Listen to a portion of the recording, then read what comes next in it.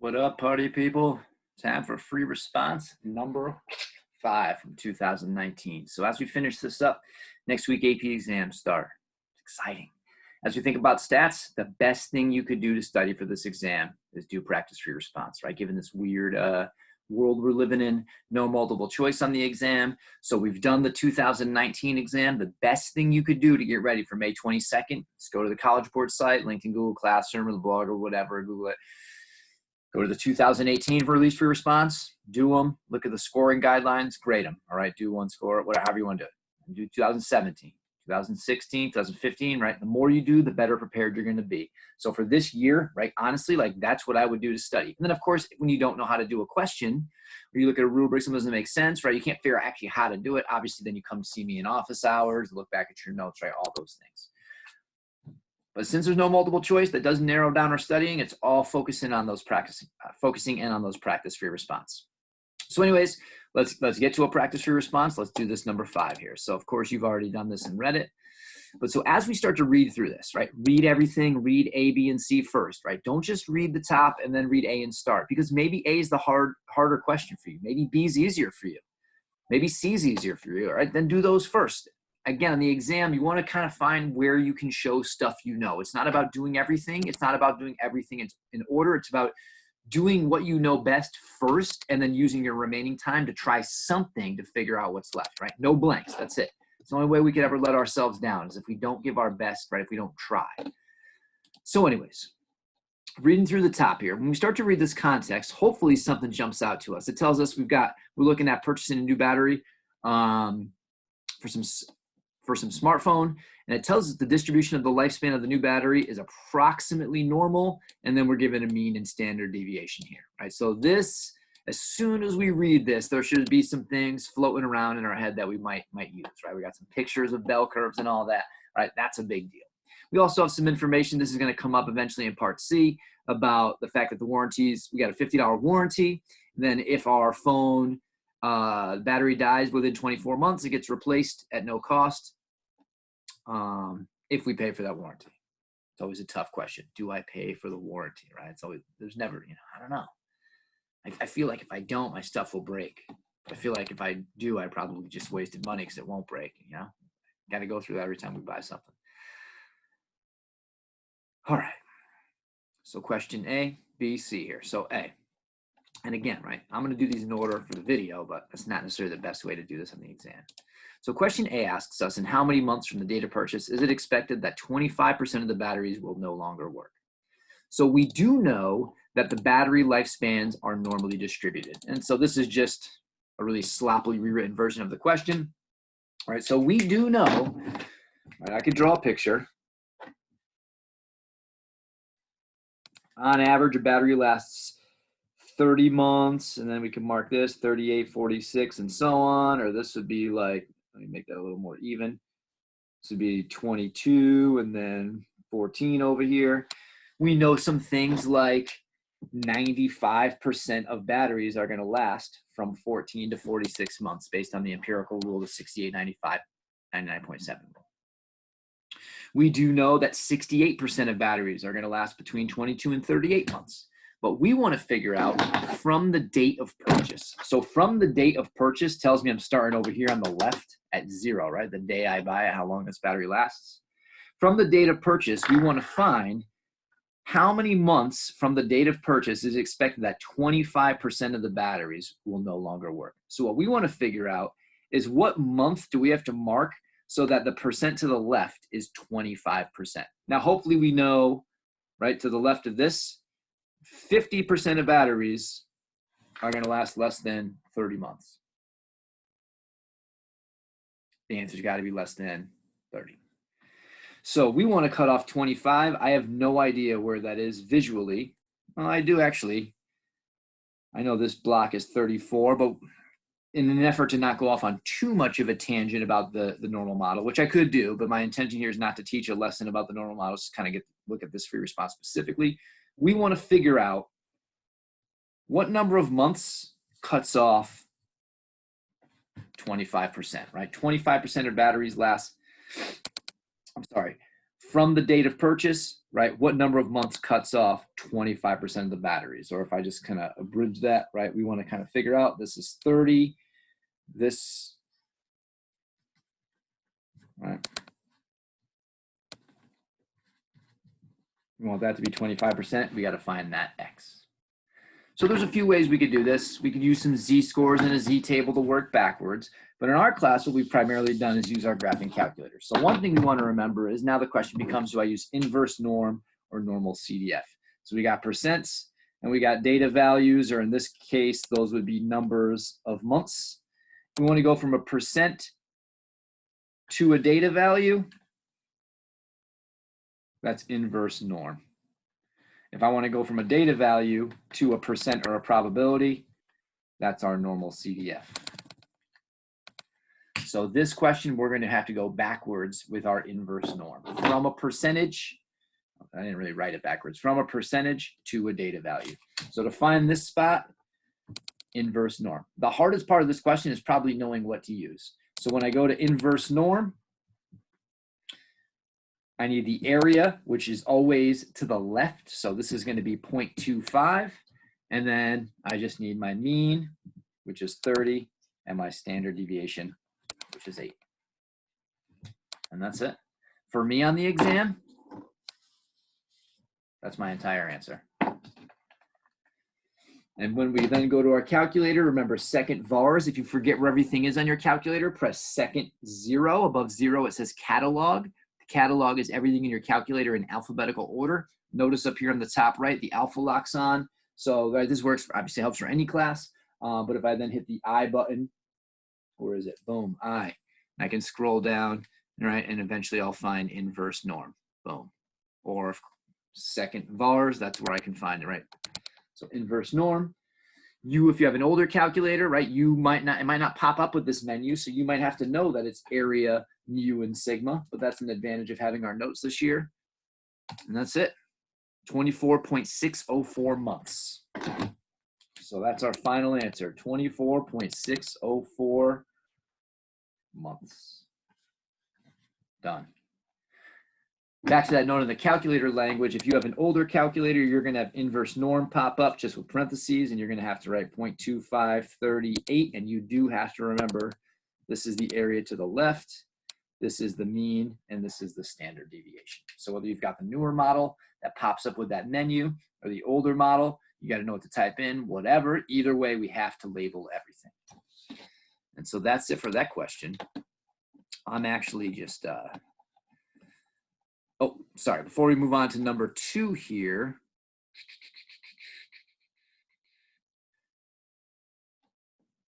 Yep, sorry.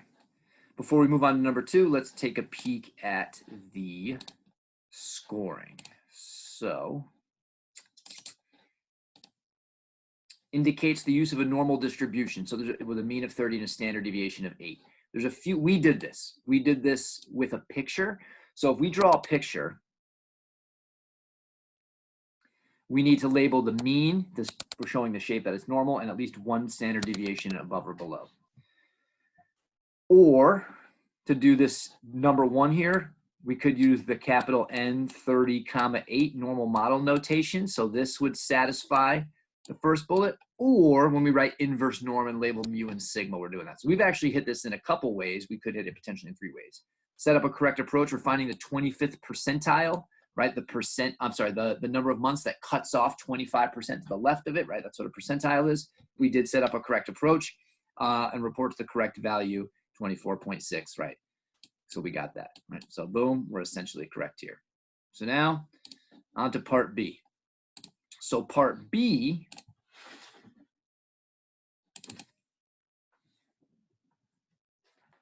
gotcha, right? Here's part B. Look at this level of preparation this guy's bringing.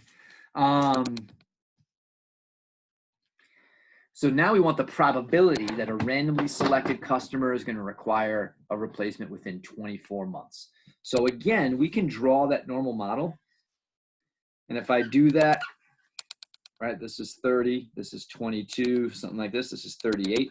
So by the way, for that bullet 1, like we've identified that this is a normal distribution with the mean and standard deviation right now in blue in 2 ways. We've got it with the normal model capital N notation, and we've got, as long as we have one of these labeled, one standard deviation above or below labeled with our mean, we're good. So we actually have hit that component 1 in 2 ways already.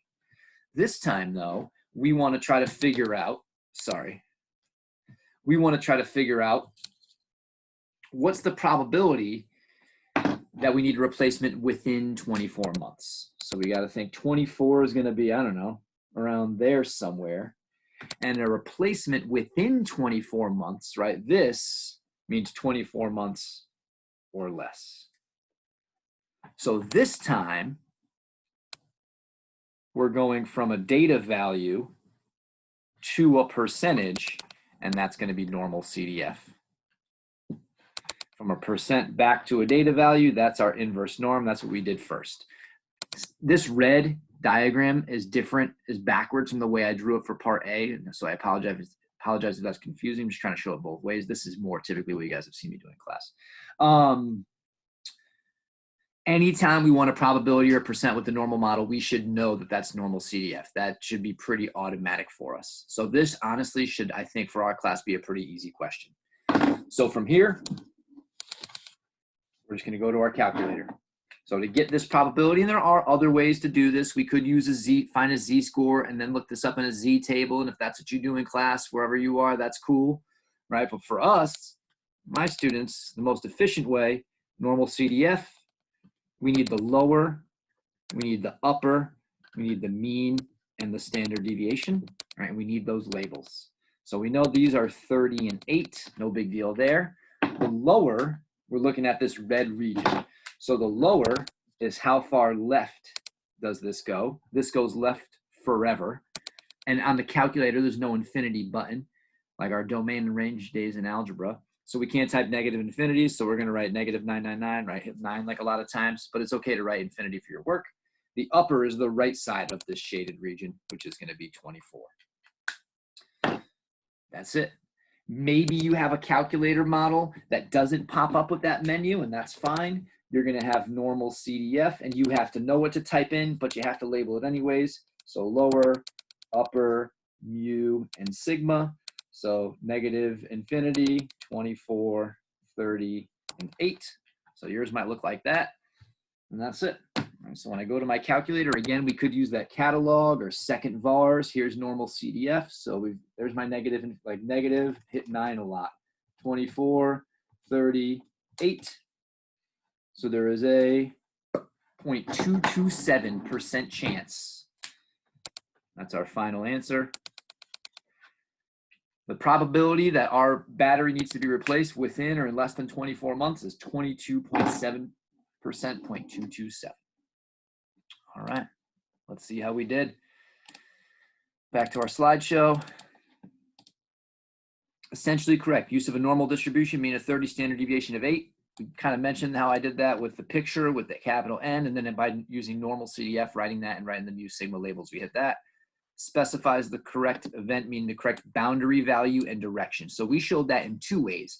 We showed that by labeling the lower and the upper, but we actually also showed that with our shading. So by marking 24 and shading to the left, we're giving a visual representation of the boundary and the direction, and then the correct probability, or a probability consistent with 1 and 2. So that's another E for us. So that leads us to part C. So part C here, the company's got a gain of $50 for each person who gets the warranty but doesn't need the replacement. The company loses $150 for every person who buys the warranty and does need a replacement. We want the expected value of the gain for the company for each warranty. So when we see this, as soon as we see expected value, we're going to want to make one of our probability distributions or probability models. All right, so to finish up, we want the expected, why does that seem so backwards?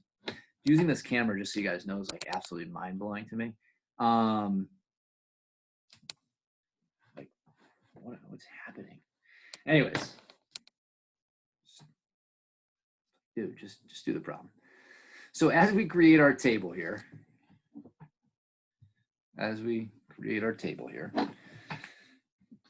we want the expected value for the net gain. which isn't, it's kind of weird because, right, it doesn't have to be positive. So we could gain $50 if the battery does not need to be replaced. Or we lose $150 if the battery is in fact replaced within 24 months. And down here we need our probabilities. So hopefully you're realizing this is going to come back to part B. If you got part B wrong, but it had a reasonable probability between 0 and 1 and use that in here, like, you'd be fine. You'd still get credit for C. So we know the probability the battery is replaced within 24 months. That's that 0.227 we just figured out in part B, right? 22.7% of batteries are replaced within 24 months, which means the rest of them are not replaced. So to get this, I'm just going to have 0.773, right? That's just 1 minus 0.227, right? So this is the probability they are replaced within 24 months. This is the probability they're not replaced within 24 months. Remember, these two things have to add up to 1, so we can always check a probability model. If probabilities don't add up to 1, right, is wrong. From here, if you can create that table, right, and that's not too complicated, that's no big deal. To calculate expected value should be pretty easy. So the expected value, or the average, right, like in real life, this company is either going to gain $50 or lose $150. This answer is, on average, how much money do they expect to gain or lose per customer? So to find that, we're going to multiply this. So we got 50 times 0.773. Honestly, my biggest concern here is not that it's hard for you guys. I know you got this. Make sure you show the work. So we've got 50 times 0.773 plus negative 150 times 0.227. That's it. So when I go to my calculator and I do that, 50 times 0.773 plus negative 150 times 0.227 gives us 4.6, which seems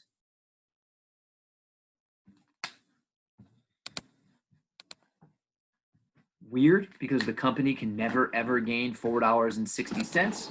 But right, we don't need to interpret this number, but what this is telling us is, on average, for every person who buys this warranty, on average, this company expects to make $4.60. Sometimes they'll gain 50, sometimes they'll lose 150. They'll never actually gain 4.6 for any individual customer, but on average, if we sell warranties over and over and over and over and over again, on average, we're gaining 460 every time.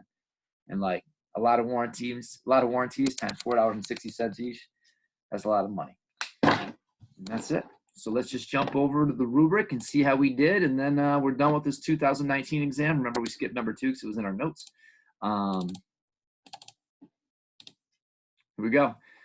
Provides an expected value calculation with appropriate probabilities that add to 1. Definitely. They're paired with the correct outcomes. Yup. Reports the correct expected value.